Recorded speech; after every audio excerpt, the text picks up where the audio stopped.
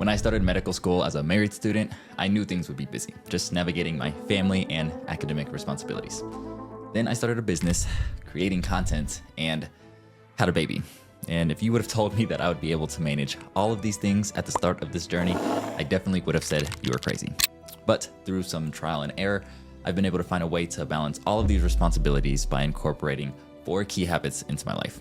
If you're new here, my name is J.R. Smith, and I'm an orthopedic surgery resident at the Mayo Clinic.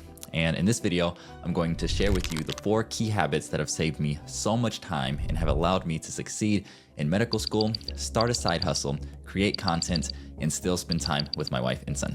Let's get right into it. The first habit is to capture tasks immediately. Our brain is for having ideas, not for holding them. Here's the thing.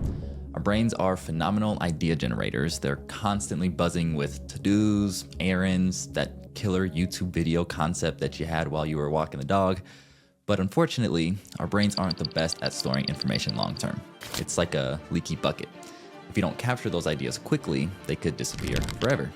And it's even harder when you're busy. It's like having a million browser tabs open all at once. Eventually, things get lost in the chaos. This is exactly what author and productivity expert Tiago Forte talks about in his book, Second Brain. He argues that our brains are for generating ideas, not storing them. That's where a second brain comes in. It's an external system to capture and organize all those tasks swirling around in our heads. For me, that second brain is Notion. It's my central hub with different sections for content creation, medical school tasks, and notes that I don't want to lose track of. But the key is making it frictionless. To capture tasks on the go, I have a widget on my phone's home screen linked directly to my Notion workspace. So whenever a task pops up in my head, a YouTube video idea, some buyer concept I learned from a book or podcast, boom, straight into Notion. It only takes seconds, but it saves me hours of mental clutter.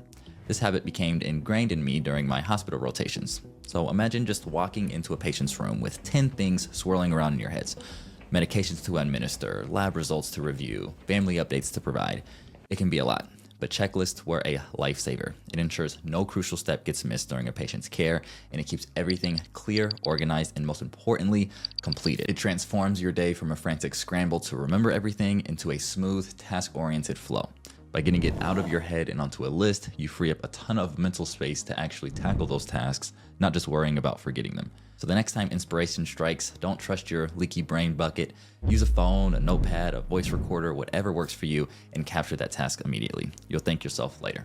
And if you want to check out the Notion template that I use and gain even more insight into time management and productivity hacks, you may be interested in the Evolving Student course, which you can find more information on in the description. The next habit is to eat the frog early. This productivity powerhouse comes straight from Brian Tracy's book, Eat That Frog, and it basically means tackle your most dreaded task first thing in the morning.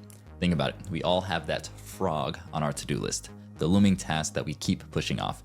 Maybe it's a complex research paper, a mountain of emails, or speaking from personal experience, a particularly brutal anatomy review session.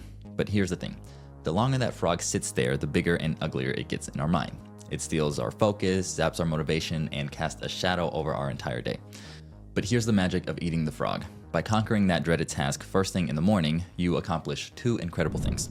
First, you gain a massive momentum boost. Completing your most challenging task early sets the tone for the day.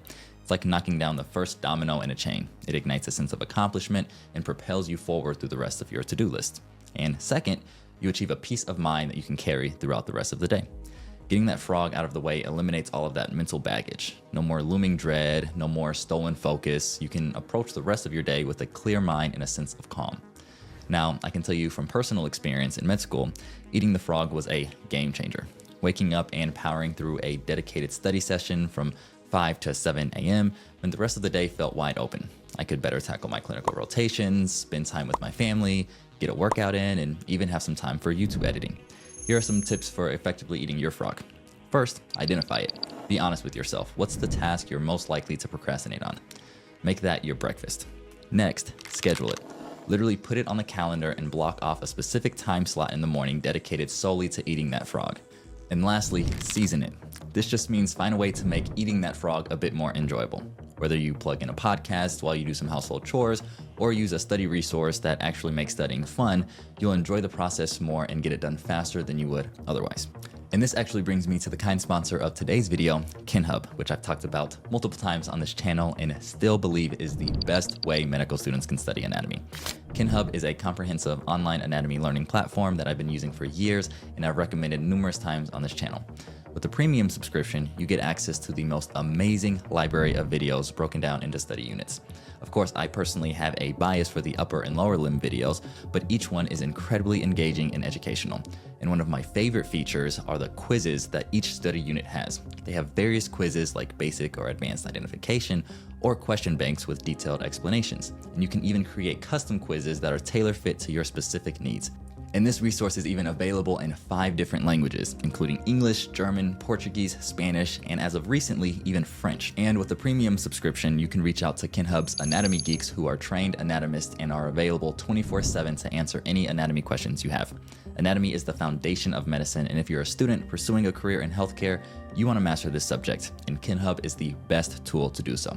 If you use the link in the description below, you'll also get an exclusive 10% off your premium subscription. Thank you so much, KinHub, for kindly sponsoring this video. Now, the third habit that has saved me tons of time is a term called inbox zero. You know that feeling, the constant red notification badge, the nagging sense of unread emails piling up. It's a productivity killer. And trust me, as a med student, father, husband, and content creator, I cannot afford wasted mental energy. That's where the inbox zero philosophy comes in. Popularized by books like Getting Things Done by David Allen, Inbox Zero is about achieving a state where your inbox contains 0 unread messages. It might sound extreme, but hear me out. Think of your inbox like your physical desk. Imagine it overflowing with papers, sticky notes, and half-finished coffee. Pretty stressful, right? That's exactly what an overflowing inbox does to our minds. Each unread email is a nagging thought or a to-do that we haven't addressed. Here's the magic. By clearing your inbox, you're clearing your mind. Every unread email is a tiny mental burden, a nagging reminder in the back of your head. Inbox Zero eliminates that noise, allowing you to focus on the tasks at hand. Here are a few ways to achieve Inbox Zero. First is the 4Ds method. This was popularized by Merlin Mann, the productivity guru behind Inbox Nirvana, and involves deciding to either delete, delegate, do, or defer for every email. Can it be trashed? Can someone else handle it? Can you respond quickly or schedule a time to deal with it later? Another technique is to utilize folders and labels. Categorize your emails to keep things organized. This makes it easier to find what you need later and avoids the dreaded scroll of doom. And lastly, unsubscribe ruthlessly. Be honest, how many newsletters do you actually read? Unsubscribe from anything you don't actively engage with, which of course would not be my personal newsletter, Weekly Growth, link in the description, but whether it's Best Buy sending you coupons for things you don't need, or ESPN sharing sports updates that you don't care about or get elsewhere, with a simple click of a button, you'll save yourself dozens of future emails that only eat up your precious time. Remember, Inbox Zero isn't about constantly checking or instant replies. It's about creating a system that works for you, a system that keeps your emails under control and your mind clutter-free. Imagine the feeling of opening your inbox and seeing nothing, just a blank slate ready for the day's important messages. Now that's a productivity power move. The final time management habit that can save you hours of your time is to plan your day the night before. Ever have those mornings where you hit snooze 10 times, scramble to get ready, and end up feeling constantly like you're playing catch up? Yeah, me too. That's why planning the night before is one of my core time-saving hacks. Think about it like this. Imagine planning a road trip the morning that you leave. You'd be scrambling, right? Trying to figure out the routes, the stops, packing last-minute essentials. It's stressful and inefficient. Pre-planning your day is like packing your metaphorical road trip bag the night before. You wake up with a clear direction, ready to hit the ground running. Productivity experts like Laura Vanderkam, author of 168 Hours, emphasizes the power of intentional scheduling.